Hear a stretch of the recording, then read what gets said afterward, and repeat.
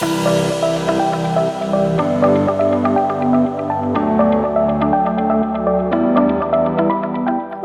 to the Front Seat Life podcast. This is Jessica Butts, your host and CEO and creator of Front Seat Life, where I help you be unapologetically who you are in your life, love, and business.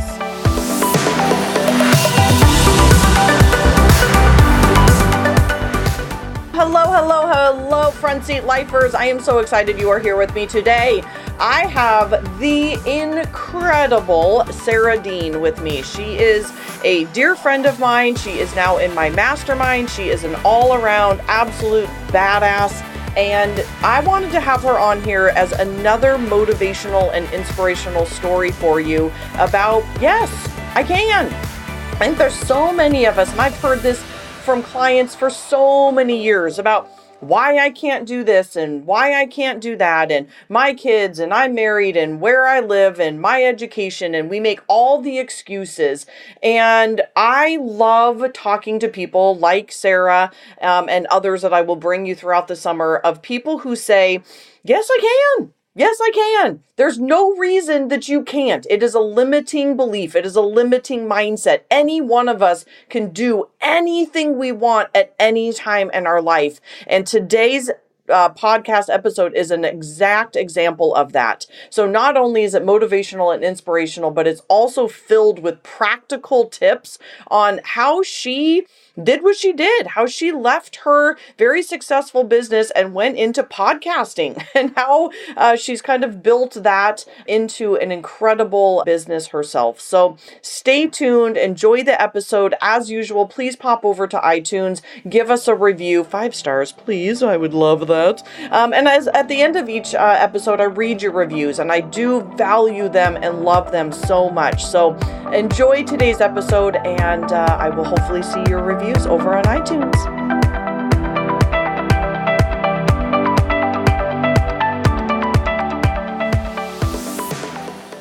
Welcome. Another exciting episode of the Front Seat Life podcast. I have the amazing, the sassy, the ENFJ, all about it. She is in my mastermind group. She's an accountability partner. She's a dear friend of mine, and she is just a all-around badass entrepreneur herself. The gorgeous Sara Dean from Shameless Mom Academy is with us today. So Sara, welcome. Hi, I'm so excited. Thank you. So Sara has her own podcast, the Shameless Mom Academy. She is just an all-around inspirational human being, woman, mother, with her own story. And as I started my own podcast, I knew at some point she would be on here, and I asked her, and she was like, why the fuck is it taking you so long to ask me to be on your podcast? So point taken, and here she is. I'm excited to have you. So, Sara, I want to just jump in, and I want to tell us a little bit about your journey. So, you were the owner of a gym. Mm-hmm. And you did that for a number of years. You were having some trouble conceiving. Like, there's this whole story of that. So talk to us a little bit about what was going on in your life, because then I want to get into how you made the leap. But I think it's important for the listeners to understand and to hear themselves and your story about where you were and what you were feeling during that time of being a gym owner and trying to conceive, and you know, everybody, it's like the hero's journey, right? Like, this is the pinnacle of the spot where you're stuck. You're like, I don't want to be doing this. I want to be a mom. Why is this happening? Why am I stuck? Walk us through this part of your kind of hero's journey, if you will. Sure. So I was in the fitness industry for about 15 years. And while we were trying to get pregnant, I had a fitness business. I had a gym, and we went through all sorts of infertility stuff. And one of the gifts of infertility, because now I can see gifts now that I'm on the other side of it, but one of the gifts was the gift of time, which felt excruciating when we were in it, but it gave me the opportunity to really build a business that I could step back from once I had a child. And so over the course of 2 years while we were trying to get pregnant, I built this fitness business, and in a way that allowed me to essentially, I brought in a bunch of trainers who were all amazing, and they shared my vision, and they were able to run the business without me, so that once I finally got pregnant and had my son, I could really step back and I could stay at home, be with him, run the gym, from kind of an administrative side from home while they were on site teaching classes, working with clients. And I kind of thought I had built the dream, and I was really, really proud of what I built. And I loved the community. I loved my members. But what happened is that in the process of building what I thought was this ideal business, I worked my way out of my zone of genius. And so before I had my son, I was in the gym teaching classes, and that was zone of genius for me. That felt really fun, being in front of people, yelling into a microphone, like giving people hugs and high fives at the end of classes. Like that was my zone of genius. And what I had done is, in order to stay home after my baby was born, I'd pretty much put myself in the role of like CEO, COO. And so I was sitting at home behind spreadsheets and like managing revenue and profit and loss and like all these things. Totally your backseat, by the way. Oh my God. Yeah. It was not fun. And I literally, by the time I sold the gym, I was teaching like 2 classes a year. And I would go in and I would teach and sub for my trainers when they couldn't be there very infrequently. And I would leave after doing that and be like, oh my gosh, like these are my people. And then I'd go back to my spreadsheets. So I started to feel like I needed to be doing something differently. And there was a lot of things. What I originally thought was, I'll just add something. I'll just add something to my plate because this is what women do. I'll just add a whole nother thing. No big deal. Baby, husband, family, gym. What else can I do? So I decided that I wanted to launch a podcast and have it be more about motherhood and like self-help for moms, essentially, and not about fitness and wellness and nutrition and the things that I was talking about constantly in my gym content. So I did that, and I gave myself 6 months, and I was like, for 6 months, this is just a passion project. I just want to see what happens with it. I'm not trying to make money on it. I just want to kind of feel it out. And it was really, really fun. And I really loved it. And I ended up it was like my reward. I didn't let myself do any podcast stuff until Friday afternoons. So I made myself get through like all my gym stuff, all the spreadsheets, all that stuff, Monday through Thursday. And then if I did a good job with all that and got everything done, then I was allowed to podcast on Friday afternoons and put this show together. And so that's kind of how it started. And as that became much more clearly zone of genius, I was like, I need to do something about this. I need to be in this full time. And so I started to build the net to leap at that point. Yeah. So I have so many questions and so much juiciness to talk about. And I'm taking notes as you're talking, but let's hone in on this one part about knowing when you get out of your zone of genius. So if people don't know what we're talking about, zone of genius is from The Big Leap, Gay Hendricks. And he talks about these different zones. So that's a whole nother podcast, but it's like this amazing understanding, basically your back seat and your front seat. But the zone of genius is a very, very small zone of genius. And I think what you're describing, Sara, is when you realize that your zone of genius, when you realize it the first time, but then you're talking about realizing a new zone of genius. Mm-hmm. So what can you say about stepping into realizing a new zone of genius? Because for me, this is just evolution. This is us evolving as women, as entrepreneurs, as we step into new, I call it the new level, new devil. When we step into a new part of our life, we realize, wow, I might actually be really awesome at something else. But what stops us is this fear, right? I'm scared and I don't know if I can do this, but you did it. So talk to me about, I guess, a little bit about when you realize, oh my God, I might have a different new zone of genius. So what I started noticing was that, first of all, it didn't feel like work. It felt really fun. Awesome. And it gave me energy. With the gym stuff, I would find myself like, when I would have to do a lot of gym things, and this was all the administrative stuff. If I was with my clients and the gym members, that was great. But with the back end stuff, I would want to take a nap. I'd be like, I just want to take a nap before I do this. And so it was literally like just feeling this sense of like energy suck versus being fueled by the work I needed to do. I have not wanted to take one single nap since the day I sold my gym. Wow. So that's really, and I actually think about that sometimes because I used to work naps into my day very routinely. I'd be like, I'm going to eat lunch, take a 10-minute cat nap. I have not done that once since I sold the gym. Like, I'm like, let's eat quick because we got to go. And so It's a very different feeling to me. And one of the things I was really conscientious of, because I realized that I had worked myself into a place in my fitness business that wasn't lighting me up anymore. And I did that all by myself. It's not like I didn't love my clients. It's not like I didn't love what I built. It's the position I put myself in that company. So I realized if I'm going to build something new, I have to be really conscientious that I build something that keeps me in the places that feel really good and that keep me in the places that keep me fired up. So like the very first thing I did when I said I wanted to do a podcast was hire a producer. Cause I was like, if I have to edit this show, I will not like this show. That's not Zone of Genius. So I got really clear on what feels good about this.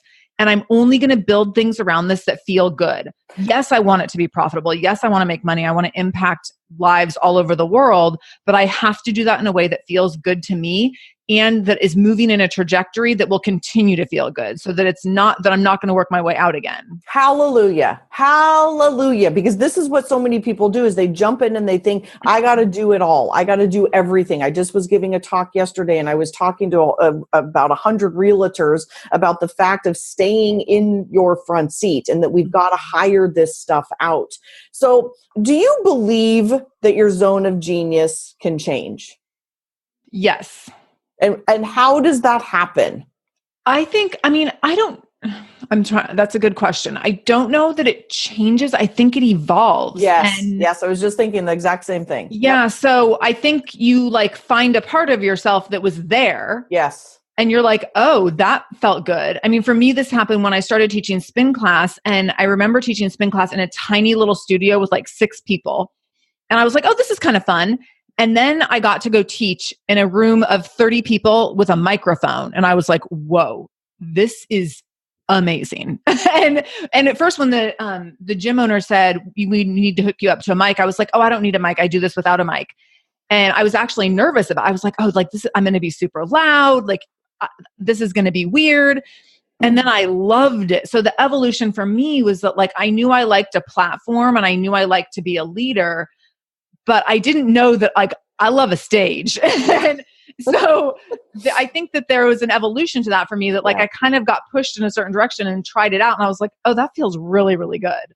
And so what you're saying is really, so if I'm a listener, I always like to put myself in the position of the listener when I'm listening to podcasts, because I'm like, I'm guessing right now the listeners are like, but how do you do that? Sara, this is great, but how do you do that? And so I want to talk about something that you just said that I think I have paid attention to in my life, and you're talking about it right now as well, is the somatic response. And somatic means your body response. And so oftentimes people get in their heads, right? When they try to figure out like, what am I really good at? What stresses me out? What am I bad at? Yes, you can figure out your personality type. Yes, you can like do a pros and cons list and a front seat and back seat, and you can read my books and I can lay it out for you. But what you're also describing is literally your body signals telling you, what am I good at and what do I hate? And when you were talking about the naps, that is just straight up a somatic response. Your body is like, I'm bored. I actually think that's what your body is saying is sometimes you need rest, but sometimes you're just bored. You're uninspired. You need a new challenge. And so your body is saying, oh, okay, let's just rest. And then you're also talking about this other response of like, I haven't wanted to nap since. I'm on fire. I have so much energy. And then I get a microphone, and then, oh my God, I get on stage. And your body is a signal to you, right? Yeah. I mean, it's telling you things. And oftentimes we need to stop and pay attention to what our body is telling us about our front seat and our back seat and about what our passions are and what our zone of genius is. You're nodding. Would you agree? Yeah, I totally agree. And I also think that women are trained, I think we're kind of indoctrinated to not do this. We're indoctrinated to like push through things and not acknowledge. And especially in motherhood, because you have to like, you can't acknowledge feeling tired when you've been up 37 nights in a row from 2 to 5 a.m. Like you just have to power through it all. So you train yourself to ignore your body's responses because you have to go to work, you have to provide for your family, you have to nurse a baby, like all those things.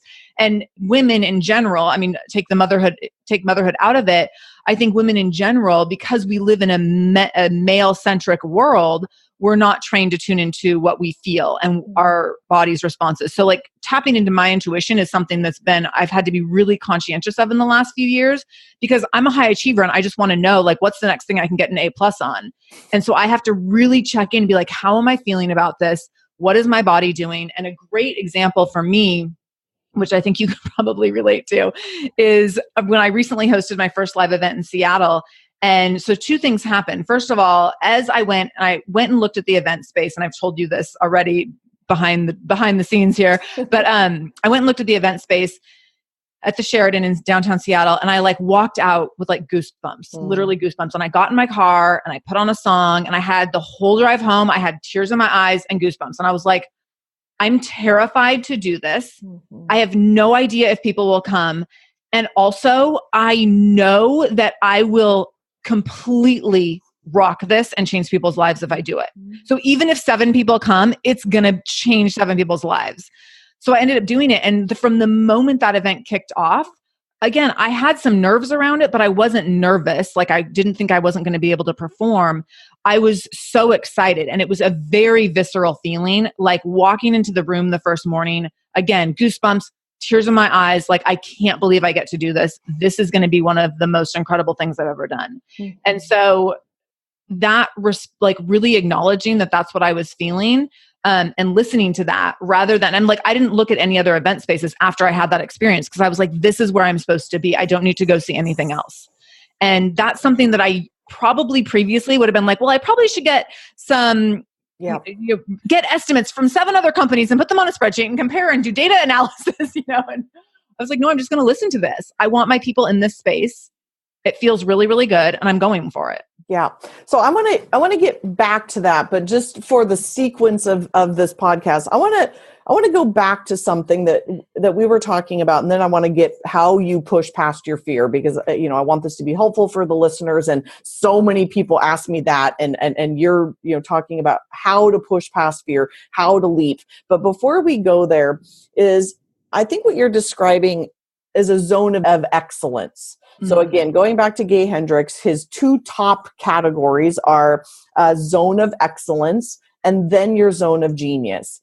And a lot of people get confused, they get demystified, it might be the right word, about the zone of excellence. They get into it. Even the name of it sounds like, oh, that's great. Like zone of excellence, I'm good, right? It's a really safe place to be stuck. It is so safe, sister. Yeah. And we get confused, I think. People think, I'm going to just stay here. It's safe. I'm making good money. It was me in corporate America. It was me as a psychotherapist, for that matter. It was you owning the gym. It was you even just doing the podcast, not stepping into the next thing. We get like blinded to the next zone, and we stay in the zone of excellence, and we get, we almost get sucked into it. This is the corporate job. This is the whatever the thing is. It feels very safe. And the fear of staying in that place is that you never experience the zone of genius. And I'm curious if you can say a little bit more about what that experience felt like for you, because it sounds like you've had a lot of zone of excellences. There's been teaching the classes and all the things. So tell me more about that, because so that other people can identify their zone of excellence versus the zone of genius. Right. So I think I'm someone who I would classify myself as a high achiever, type A. No. Right? Like perfectionist kind of person. And so I can work myself into a zone of excellence in pretty much anything. Like if you give me a task, I will figure out a way to do it really, really well. And so then that's zone of excellence, right? Like I'm doing it. I'm doing really well. It's positive. It's purposeful. People are like, wow, look at her go. But then I want to take a nap, even though it's like looking at, so this was the gym, like a business that was, producing multiple 6 figures a year. Everyone was having a great time. We were getting community awards, all these things. And there was parts of it that felt really good, but also I wanted to take a nap. And so I think for me, I think high achievers work ourselves into zone of excellence.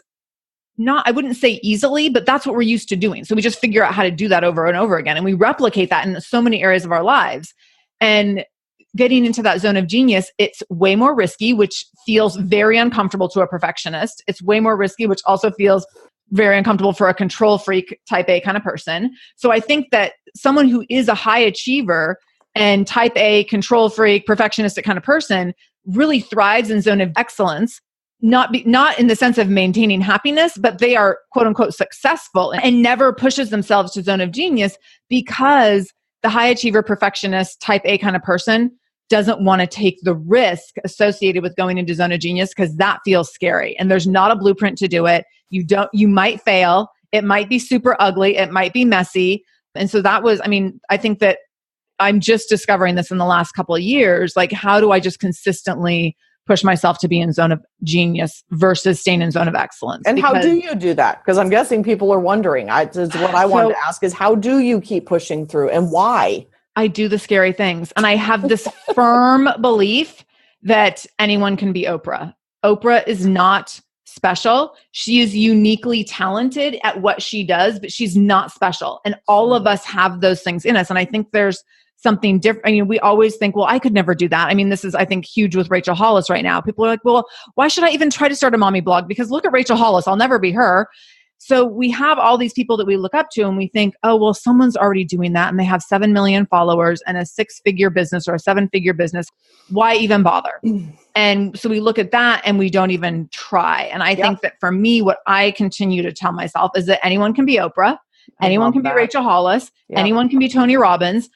But you have to take the steps every single day. You have to do the uncomfortable thing. So I've just shown up and done the uncomfortable thing over and over and over again, to the point now that, I mean, the 20-year-old me did not do one uncomfortable thing ever in my life. I was like, I wouldn't even try sushi, let alone do like anything that I might not get an A+ on.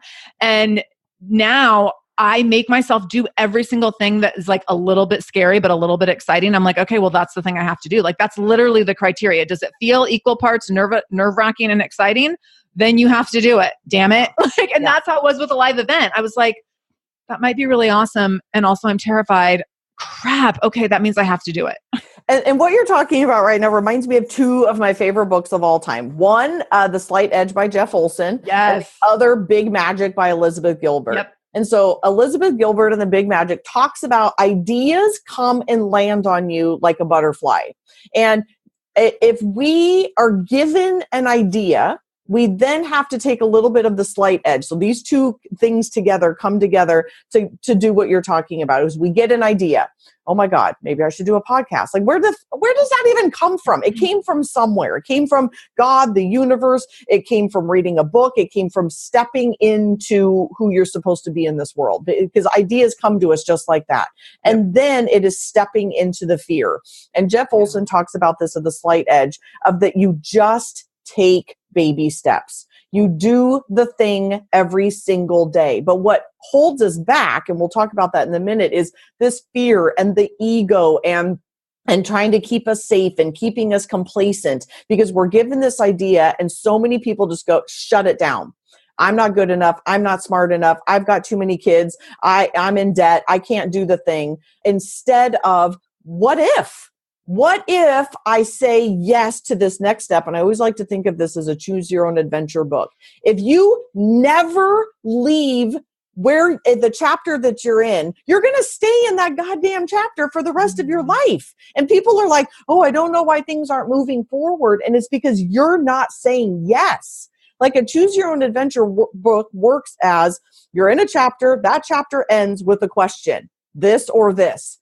And most people stay stuck instead of saying, oh God, maybe it means I say yes to this crazy podcast idea. You didn't know where it was going to go. Like you said, it might be 6 months.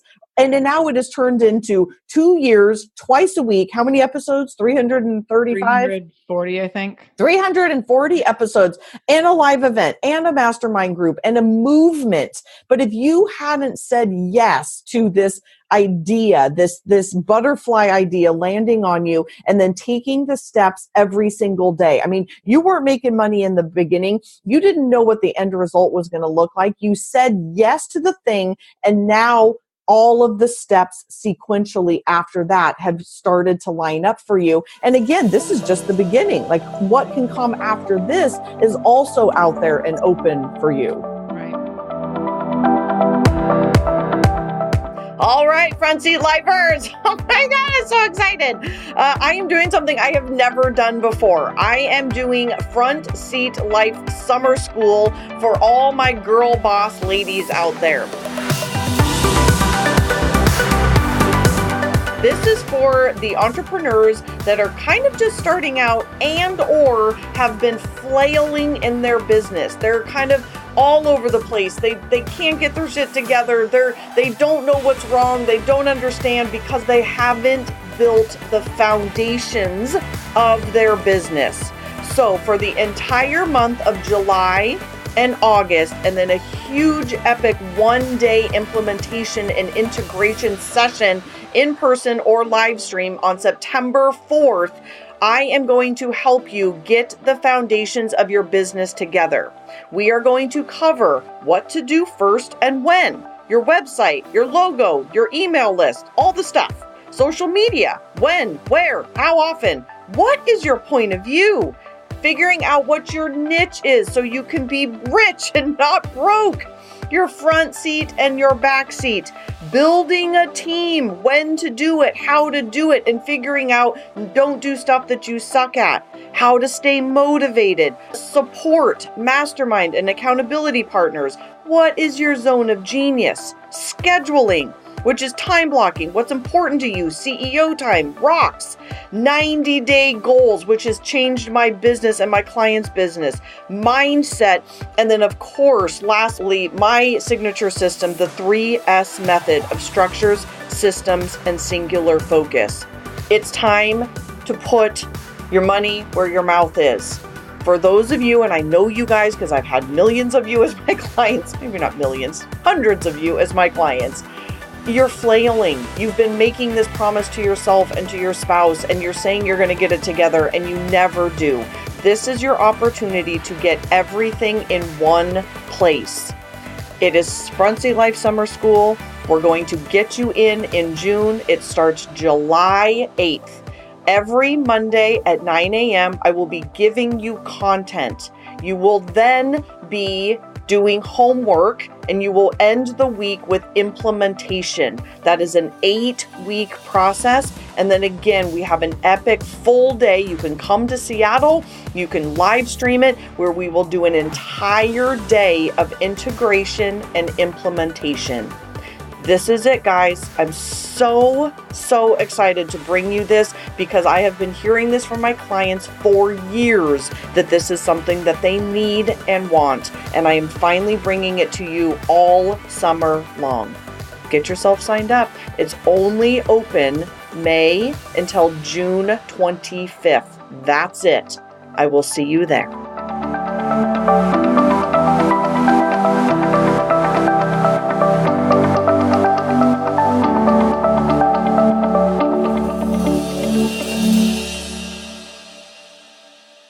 Another piece of it that has been really impactful to me, and this started early on. So when I was first deciding or considering podcasting, I was listening to podcasts that were all hosted by guys. So I was listening to a bunch of white guys podcasts, and I kind of got to the point, and they were all guys who were like 10 to 15 years younger than me. And I was like, they're not that smart. Like if they can do this, these people, and like, it goes back to like, they're not that special. I was like, yeah. These dudes, like their content is good, but also like if they can pull this off, I can pull this off. Yeah. And so I got really clear about that. And then since then, I've actually had the opportunity to sit, and I'm thinking of two guys in particular who I was following at the time.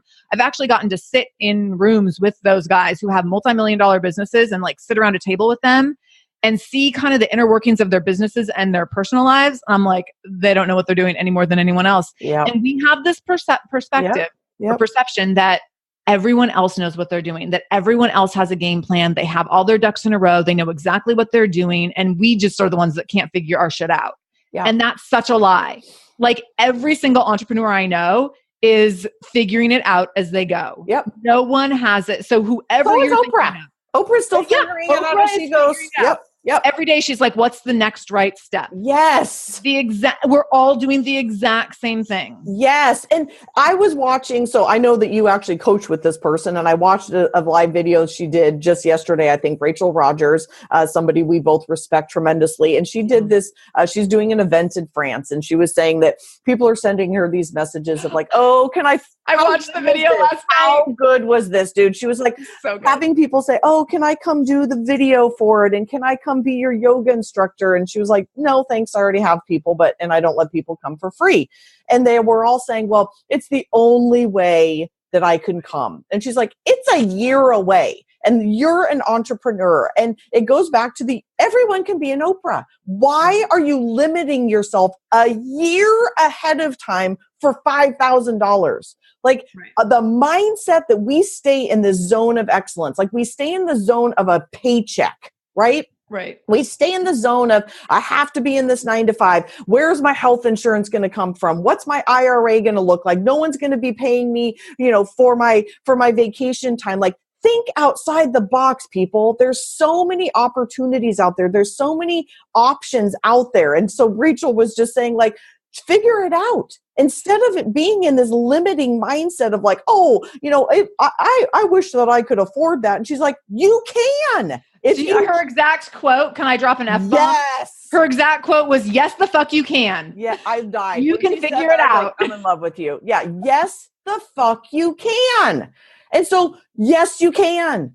Yes, you can. Yes, you can start a podcast. Yes, you can figure out how to make money. Yes, you can leave your corporate job. I mean, I did an episode with my sister, a couple months ago about, she left this carrot dangling kind of job of the pension and the paycheck and the 401k and the health insurance. And now she walks dogs for a living, and she makes like 3 or 4 times the amount of money that she used to make, and she's blissfully happy. She says, the best day picking up dog shit, the worst day picking up dog shit is still better than whatever. The best day as a state worker, and we just get into this limiting mindset of like, I can't do this thing. And as Rachel Rogers now says, we now know, yes, the fuck you can. And yes, you can. So I want to know, and I'm putting you on the spot, and I never like to tell my guests where we're going to go because quite honestly, I never know where we're going to go. But I would love for you to share some of your tips, like real life actionable tips that you have used to push past the fear. Because here's the deal. I know that you still have fear. Rachel Rogers has fear. Rachel Hollis has fears. Oprah has fears. I have fears. We all still have them. They're called resistance. Stephen Pressfield works on that kind of work. It's the ego. It's your complacency. It's the thing internally. It's your ego. It's all the stuff trying to keep us small. We all still have it. If you think Sara doesn't have it or I don't have it and we got this all figured out, you're wrong. We're just like you. We're all Oprahs. I love that, Sara. Right. What do you do, have you done, do you do currently to help you push past this fear and resistance to go to the next level? So I do a couple things. I mean, first of all, I Marco Polo Jessica. Yay! I literally did this yesterday. Get an accountability partner and get a mastermind is what she's saying. Yes. Don't ever Marco Polo me. That's not what she's saying. Get your own person to Marco Polo. That's right. No, but I have multiple. So one of the biggest things I have is I have multiple communities of women that I can lean on. And so I have my group that I'm in with Jessica. I have another group that I'm in. I have a business coach. I have not been without a business coach since 2010. There was like a 1-year interim in there where I was like on the search for the next person. And that's the year that nothing happened in my business. So I always have a coach. And I think this is applicable whether you have a business or not. I agree. Someone who's pushing you and telling you, yes, you can do that. Yeah, that has been a therapist who's just listening to you. God bless therapists. I used to be one, but what you just said is pushing past. So sorry, keep going. Another thing is that I really allow myself to see myself through other people's eyes. So when someone writes me a card or an email or tells me that I've impacted their life, I listen to that and I take that really, really seriously. And I think like, okay, I'm making a difference. I'm creating magic for someone else. And I really internalize that as as a piece of my identity, that's what I do. I help women change their identities. I help moms specifically really learn who they truly are and shift their lives in powerful and purposeful ways. So when people tell me how I'm showing up for them, I let myself see myself through their eyes. And I think a lot of times women don't do that. They say, oh, no, it's fine. It's not a big deal. I didn't really do anything that great.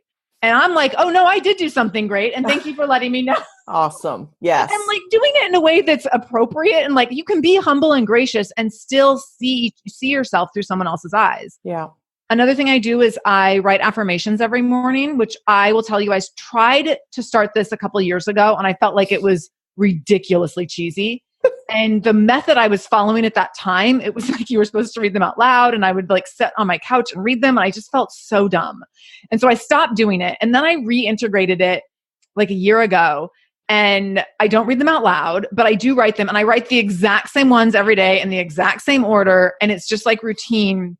But what I do is every morning when I write them, it gets me excited about what I'm going to do that day. And it makes me immediately step into my power and recognize and acknowledge the direction that I'm going. And so I write things on there that are like, I have a 7-figure book deal.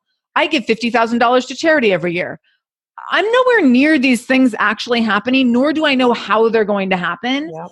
But when I write them down every single day, I every day get a little bit like, I mean, Jeff Olson talks about the 1%. Yep. I get like 1% more confident that they will happen. So Yep. now I'm like, okay, so whenever my 7-figure book deal happens, like I'm ready rather than like, oh, I could never do that. Yep. And I have a lot of clients doing that too. So those couple things. And then I'm constantly reading personal development and women's autobiographies. Yeah. So I'm just constantly studying what other people have done with what other women who are powerful have done with their lives. And when you hear their whole story, that's where you start to see we're all the same. We all come from places of hardship and struggle and trauma and drama and all that stuff. And we all have the ability to move beyond that and build something really amazing. And so when I hear people's stories over and over and over again, it's an equalizer so that I can see I come from struggles and hardships and traumas and dramas too. And I can go build whatever I want to build in spite of that. Yeah. And I just want to say for the listeners that I do almost exactly what you do.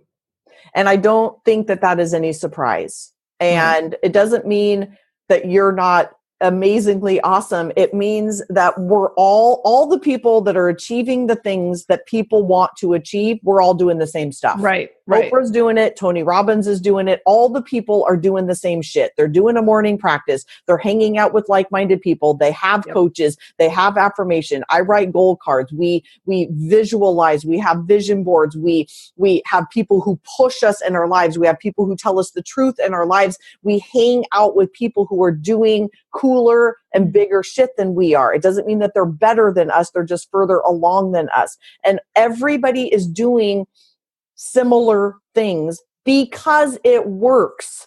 And so oftentimes people will say like, oh, those affirmations are stupid, or I don't want to do a morning practice, or I don't need a Shameless Mom Academy. I don't need a Front Seat Life community. I can do it on my own. I don't know about you, but I don't think you can. I don't think you can. Everybody that's doing awesome shit is doing a lot of the same foundational things that you just talked about. And I think a lot of women feel like they need, and this was something I talked a lot about. I've been talking about it on the podcast and I talked about it at Shameless MomCon. They feel like they need to qualify themselves before they start something. So they're like, well, I'm not really qualified to have a morning practice because I'm not really that important yet. Or I'm not qualified to hang out and talk to these people because I'm not making that amount of money. And that's not the truth. You're qualified if you believe that you're worth doing it. And I have gone and sat at tables with 7-figure business earners. When I started the podcast, I signed up for my coaching group that I'm in with Rachel Rogers. It's called $1 Million Badass.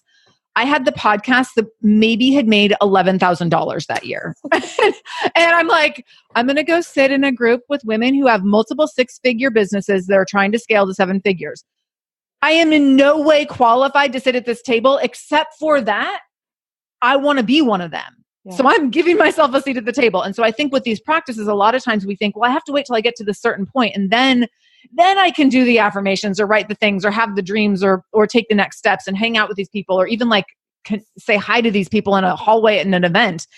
And that's not true. You can start all of it now. Like starting is where the process begins. That's the first step in qualifying yourself. This is your language around this, Sara. I heard it. I spoke at your event, which was amazing, by the way. And I love this language that you use around qualifying yourself. And there's a lot of people talking about how you gain confidence, how you take the first step. And I think you just described the first step. And I'm obsessed with your language around this of simply qualifying yourself. You're already qualified. You don't need to hide. You don't need permission. You need to qualify yourself. And I think that's another thing is no one else is going to qualify it for you. No one's going to tell you. I mean, I guess maybe we are right now. We're telling you, we're giving you permission to qualify yourself. But so often we sit around and wait for someone else to do it. And I don't know about you, Sara, but no one's ever done that for me. I had to do it myself. I had to say, I'm going to step the fuck up in my own life. I'm going to quit my job. I'm going to leave my spouse.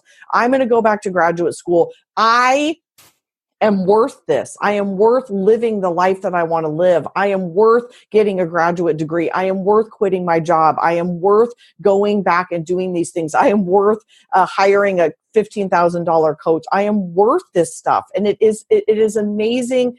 You're right. How few people, women in particular, actually almost always women, right? Like men aren't going around thinking, am I worth this? They fucking believe they're worth it from birth. But women, we sit around and question it. We don't, it's such an interesting conundrum. So I love, love, love, love that language around. I want a t-shirt that says #qualified. Then make it. I just thought of that. I just thought of that. I was like, that before the end of the day, I need to make that t-shirt. Yes, you do. And underneath it is Shameless Mom Academy. I would like to see this on Marco Polo probably by the end of the weekend, please.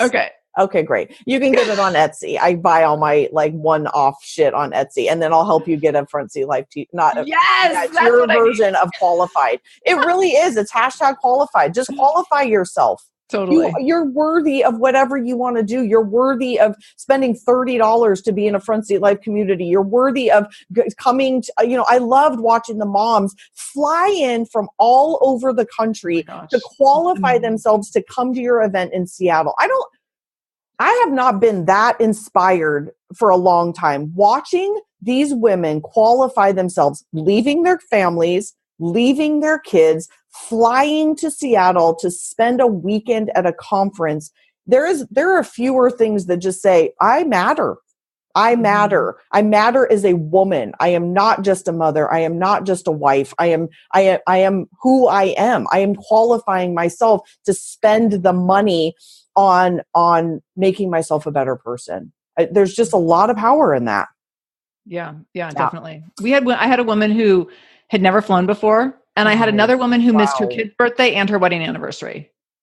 Wow. And so I'm like, that's how you qualify yourself. That is definitely how you qualify yourself. Wow, that's impactful. Okay. Yeah. So as we wrap this up, I mean, this is always like putting you on the spot, but as we wrap this up, what are your biggest pieces of advice for the listeners that are sitting here right now, totally inspired?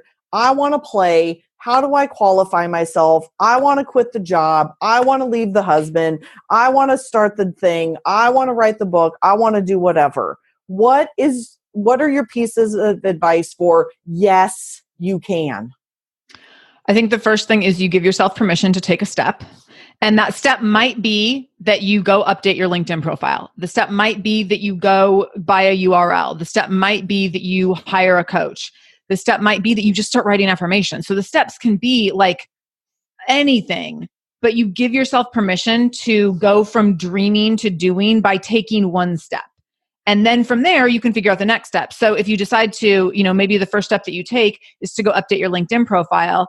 Now you have qualified yourself to go make connections with people who can help you go to the next level. If your step is to reach out and be interviewed on someone's podcast, now you've put yourself in that arena and you can add speaker to your email signature. So really looking at what is one step that you can take and giving yourself permission to do that one step. And then once you've done that, you give yourself permission to take the next step. You don't wait for anyone else to tell you you're doing a good job. Yes. You don't wait for anyone else to tell you you're qualified. You just take the next step without being concerned about like, well, what are people on Facebook going to think? No, you just take the next step. A lot of people thought Love it. it was like really cute when I started a podcast. Like, oh, that's so cute. You're starting a mom blog. I was like, well, so it's not a blog and it's also not cute. If you want to talk about it that way, fine, but you're not my people. And I'm going to just do my thing over here. That's way more powerful than being cute. Yeah. Yeah. I'm really impacted right now by what you just said, what's going on about people judging what we're doing. Mm-hmm. And this is very apparent for me in a number of ways. So Brené Brown is brilliant beyond words, and she's talked about this for years, but she has a new Netflix series out, and she talks about when the haters attacked her. So she comes out and she starts speaking her truth and being impactful, and people basically like wanted to burn her house down. They hated her so much. They called her fat and told her she needed Botox and like just disgusting, hateful things.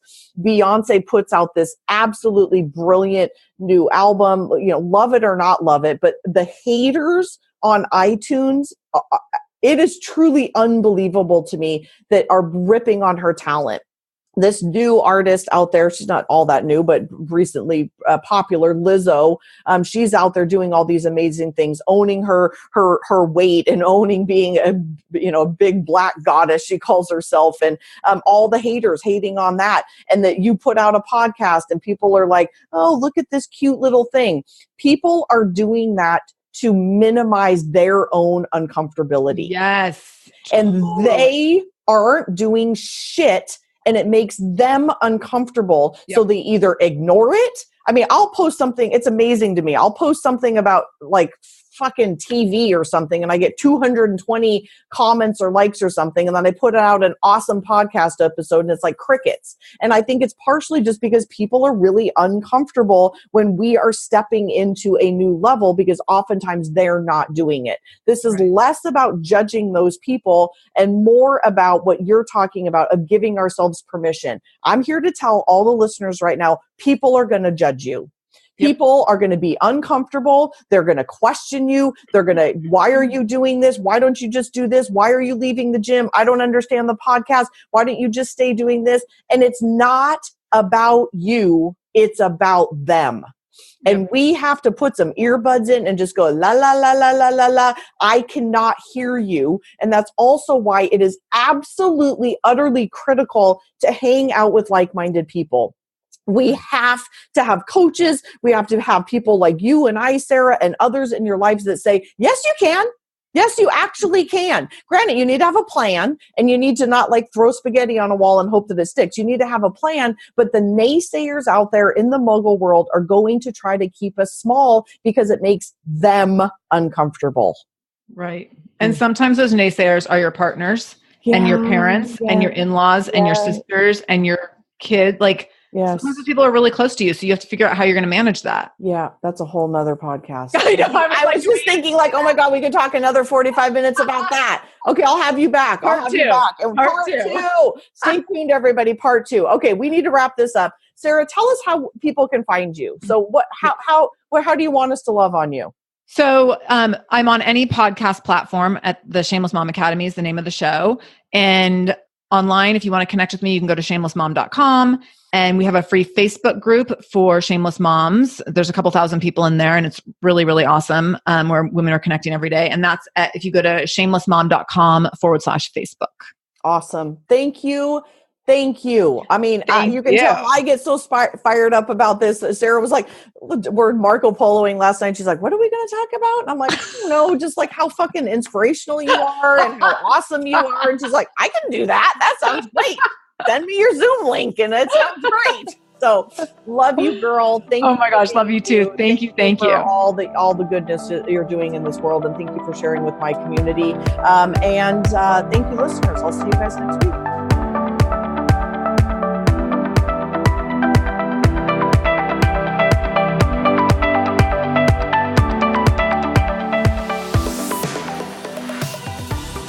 All right, everybody, I have a confession to make. I have a new obsession, and that obsession is reading your ridiculously wonderful, loving, amazing reviews on iTunes. I love them. None of this even matters without all of you. So as a thank you, each week I will be reading one review on air and calling out your review with your name or your iTunes handle. So here's how it's going to go. You're going to go to Instagram and follow me at Front Seat Life. When you hear your name called out on the podcast, you are going to send me a DM with your address and say, "Oh my gosh, you just read my review." And I or my team will be sending you some Front Seat Life swag. We've got books and we've got tank tops and we've got journals and we have these adorable pink swells. So we will be choosing from the goodie bag and sending it out as a thank you. So thank you in advance. And I am so deeply honored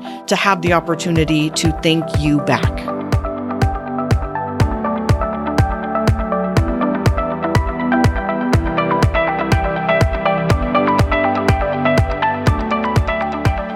Today's review comes from To Be Happy and Healthy, and she writes, or he writes, amazing 5-star review. Thank you so much.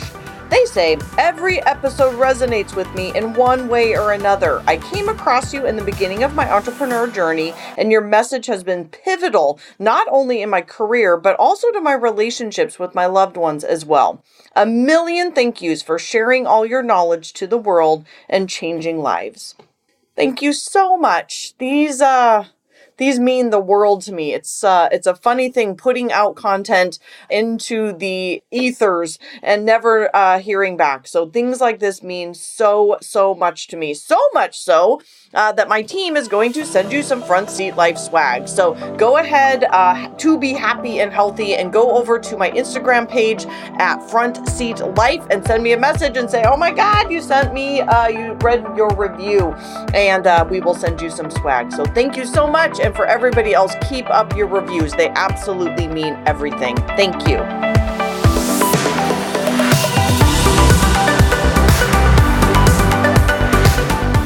From the bottom of my heart, truly, thank you so much for listening. I know that you have a ton of options, and the fact that you are taking time to listen to the Front Seat Life podcast means absolutely everything to me.